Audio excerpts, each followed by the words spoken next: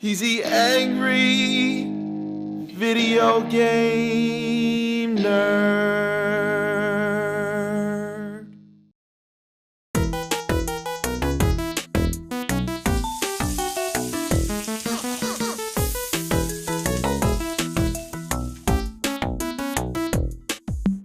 Welcome to Pat's Pork Roll Gaming Videos, where we discuss all things pork roll and gaming. I'm here for Pat in collaboration with the annual charity marathon.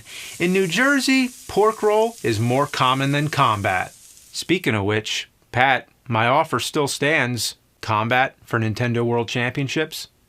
Anyway, what you just saw was the pre-sliced version of pork roll. The one that I grew up with the most was the unsliced kind, just a big sack of meat that you slice up.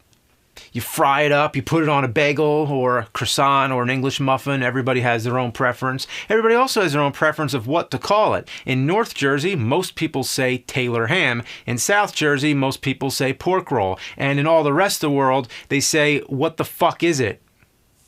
So I guess Pat and I need to spread the word, to make pork roll known throughout the world. In fact, we're not doing game reviews anymore. No, and no more game conventions either. We're going to the motherfucking pork roll convention, yeah! Too bad we missed it this year. From now on, it's all pork roll. Just kidding, Gilligan's Island, NES. The opening sequence is relatively faithful to the popular 60s TV show which it's based on. It even has the theme music, though it's not quite the best rendition. Compared to something else like Fester's Quest, and you know that NES is capable of better, you know what I mean? It's not quite there. It's like comparing cooked salami to pork roll. The plot of the game is that there's a storm coming, so you have to gather the necessary materials. Basically, all it needs to say is, go fetch shit. You take control of the skipper, with Gilligan following close behind. Gone is his familiar red shirt. Instead, he looks like Oddlaw from Where's Waldo. Ugh, this jumping sucks. It's almost half as bad as Bill and Ted, which is pretty bad. Snakes. Does every game need to have snakes? Boy, I'd punch him if I could. If only I could. Even punching the hog, it's useless. Come on, you son of a bitch! Turn you into pork roll. Oh, Gilligan just fell down a hole. Good, I don't want him anyway. Why do you need another character tagging along? Well, I'm sure there's a reason, so I guess I gotta save his ass.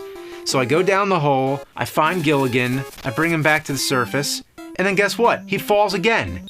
Avoiding this hole is more difficult than the holes in E.T. on Atari. I wonder what Pat says about this game. Let's find out in his book, The Ultimate Guide to the NES Library. This thing is massive. Let's see. Gilligan. Where is it? There's no Gilligan's Island. Oh, that's right. The Adventures of Gilligan's Island. It's one of those games. The show was just called Gilligan's Island. Why couldn't they call it that? Anyway, Pat gives it 3 stars out of 5. 3 stars out of 5. I'm not so sure about that. He also says when it comes to the Marianne or Ginger question, I tend to choose Ginger. Oh, come on. Mrs. Howell, for sure. Quicksand. You have to mash the buttons repeatedly to get through. This is real fun.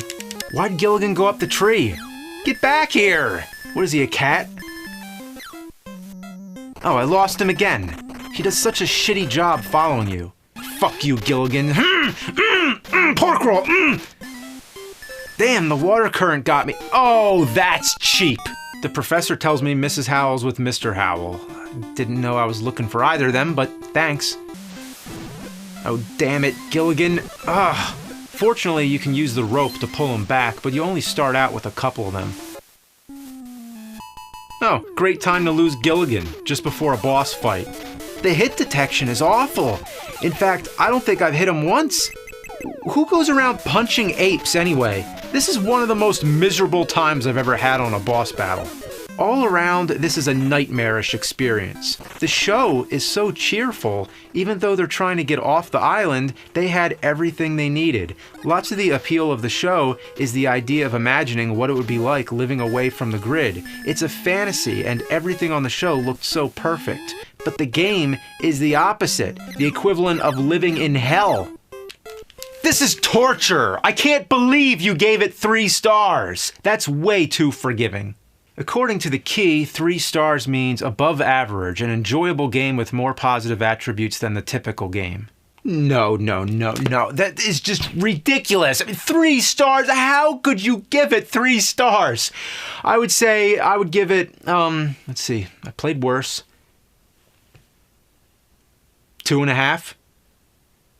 Well, Pat, good luck on the charity event. I'd tell you to fuck off, but since it's for charity, how could I say no? It's a great cause, a great tradition, and I'll be there next year again if you need me. Although, sometime we gotta work in pork roll somewhere.